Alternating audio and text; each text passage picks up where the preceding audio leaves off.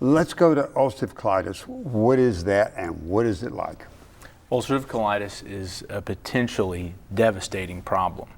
It is chronic and it is inflammation of the colon, as stated before. And what kind of symptoms does that give? The most telltale sign that I get from a patient are the following. It's uncontrolled incontinence of stool with some blood, usually. There can be mucus discharge.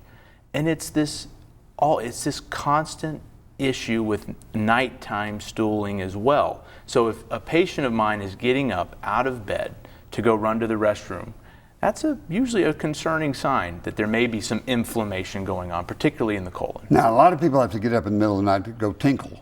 That's true. But not to have a bowel movement. That's correct. And then there should be a differentiation that if there's blood and there's mucus discharge, then how bloody?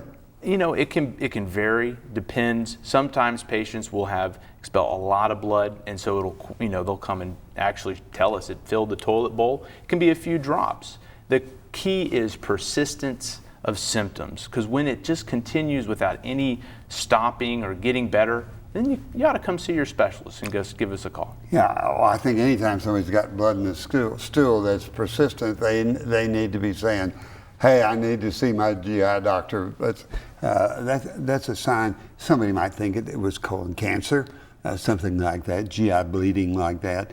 But so when you see the patient that's having diarrhea at nighttime, cramping abdominal pain, frequent diarrhea, some blood in the stools, some tissue in the stools, what's the stool like when you look in the bowl?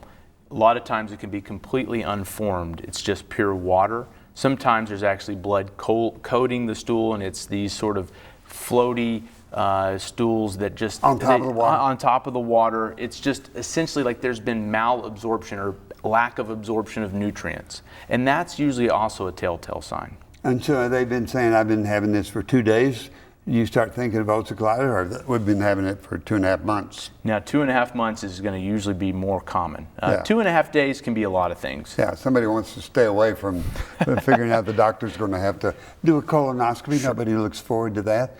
But when you see abnormal stools and you suspect ulcerative colitis, how's a diagnosis made? First and foremost, it's always with a colonoscopy. That's got to be your telltale test of choice.